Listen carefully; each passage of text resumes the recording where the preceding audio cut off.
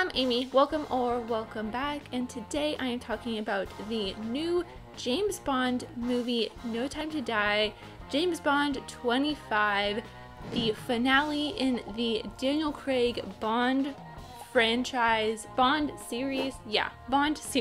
In 2 minutes or less. If I go over, there will be an extended cut linked below on my Patreon. This was also a review picked by my patrons. Every month I give them a list of new movies coming out and they get to pick which one they want to see me review on YouTube. So if you want to be a part of that and you want to see the extended cut, definitely check out my Patreon. There is tons of other stuff on there. Exclusive unboxings, reviews, all kinds of fun stuff. It's a good time. I love my Patreon. I love my patrons. They're great. But let's get started with talking about James Bond and Daniel Craig. To prepare for this James Bond movie, I watched every single James Bond movie. I had never watched any of them before. If you want to hear my thoughts on it, we did an entire Nostalgia Effect podcast episode dedicated to James Bond. This one I was very excited for because during my watch through, Daniel Craig very quickly became my favorite Bond. I was also interested in seeing the story with Rami Malek as the villain, and let me tell you, I absolutely loved Rami Malek's villain.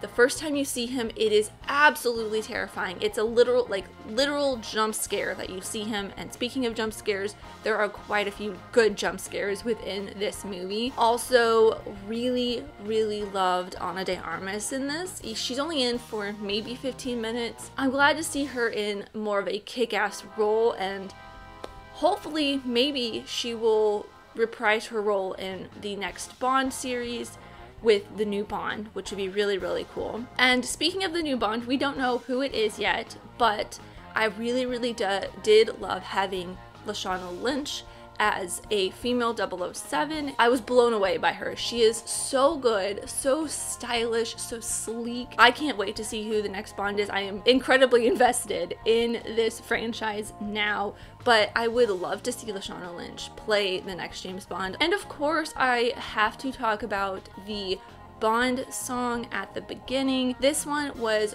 written by Billie Eilish and her brother Phineas, and it was performed by Billie. If you have watched my channel, you know how much I love Billie Eilish. This is probably my favorite Bond song. I also think it was such a great send-off for Daniel Craig. I liked also seeing a little bit more of a softer side to Daniel Craig because I know he is a great comedic actor, and even though I have watched every single James Bond, it's gonna feel weird when the next James Bond comes out and it's not Daniel Craig, but I guess it's also something that we kind of gotta get used to because his run is over. So my rewatch score for this would be Redbox. I probably will eventually once they release a collection of all just the Daniel Craig films. I know they have ones, I think, of Casino Royale to Skyfall, maybe Spectre. I don't know if they have all of them in there yet in like a set,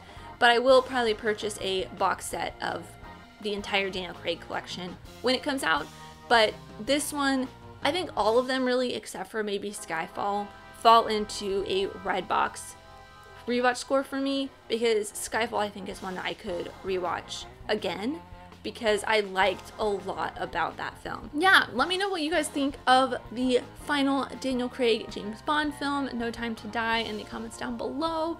And thank you guys so much for watching. I really truly do appreciate you, whoever you are. Let me know who you're in the comments down below, and let's be friends. If you enjoyed this, leave a like and subscribe if you're new, because I love talking all things movies, TV shows, filmmaking, film history, and all that fun stuff. And I'll see you next time.